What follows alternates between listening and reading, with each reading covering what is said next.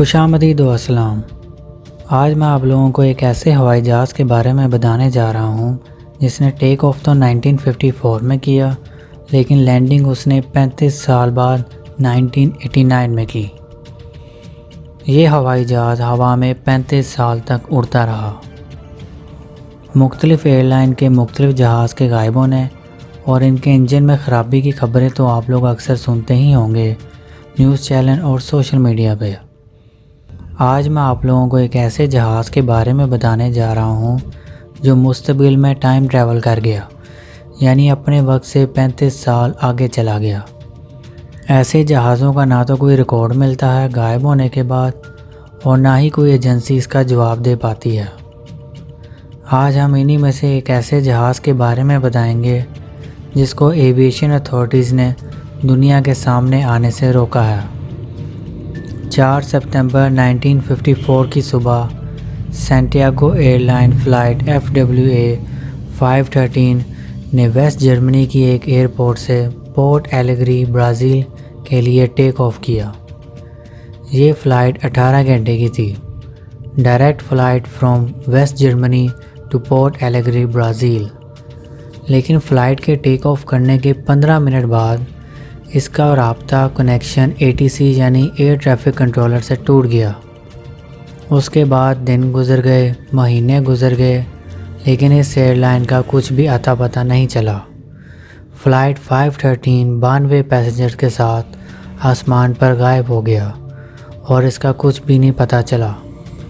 لوگوں کو اور انویسٹیگیشن ایجنسی آف ایویشن کو یہی لگا کہ یہ پلین سمندر میں گر گیا ہے یا ڈوب گیا ہے، لیکن اس کا کچھ بھی پتہ نہیں چلا، کوئی بھی سولڈ ایویڈنس نہیں پیش کیا گیا۔ فلائٹ 513 کے غائب ہونے کے بارے میں آخرکار لوگوں نے اور جہاز میں موجود پیسنجرز کے لواحقین نے یہ مان لیا کہ 513 ہمیشہ کے لیے غائب ہو گیا ہے۔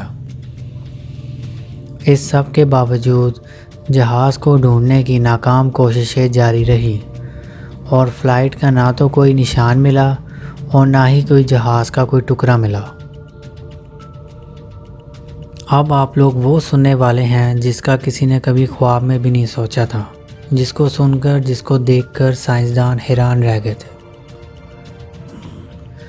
12 اکتوبر 1989 کی صبح پورٹ ایلیگری ایئرپورٹ کے ریڈار میں ایک ان نون پلین نظر آیا۔ سٹارٹ میں تو ATC کو لگا کہ یہ سسٹم کی کوئی خرابی ہے، لیکن جلد ہی وہ پلین ایئرپورٹ کے اوپر گھومتا ہوا نظر آنے لگا۔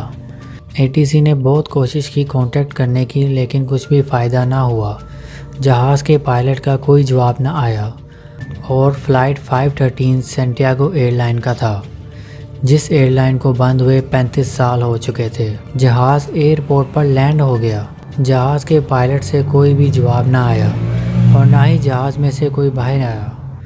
کافی دیر بعد ایئرپورٹ کے عملے نے جہاز کا دروازہ باہر سے کھولا اور جیسے ہی وہ جہاز کے اندر داخل ہوئے تو ان کے رونگٹے کھڑے ہو گئے۔ وہ لوگ حیران ہو گئے کہ جہاز میں لوگوں کے ڈھانچے موجود تھے، اسکیلیٹن موجود تھے، جن پر سیٹ بیلٹ بھی لگی ہوئی تھی۔ جب وہ کاکپٹ میں داخل ہوئے تو وہ حیران ہو گئے کہ کرو کی بھی اسکیلیٹن موجود تھے اور پائلٹ کے ہاتھ ابھی بھی جہاز کے اسٹیئرنگ پہ تھے۔ برازیل کی گورنمنٹ نے اس معاملے کو سیکرٹ ہی رکھا اور کوئی بھی انفو باہر نہ آ سکے، جس کی وجہ سے اس معاملے کی خبر مشہور پیرانارمل انویسٹیگیشن ایجنسی کے کان کھڑے کر دیے۔ اس وقت کے مشہور پیرانارمل انویسٹیگیٹر ڈاکٹر سیلسی ایٹلے کو جب اس کا پتہ چلا کہ برازیل گورنمنٹ اس معاملے کو چھپا رہی ہے اور کوئی بھی انفو فلائٹ 513 کے بارے میں نہیں دی جا رہی، تو انہوں نے انویسٹیگیشن سٹارٹ کی کہ آخر ایسی کون سی بات ہے، ایسا کون سا راز ہے جو برازیل کی گورنمنٹ چھپا رہی ہے۔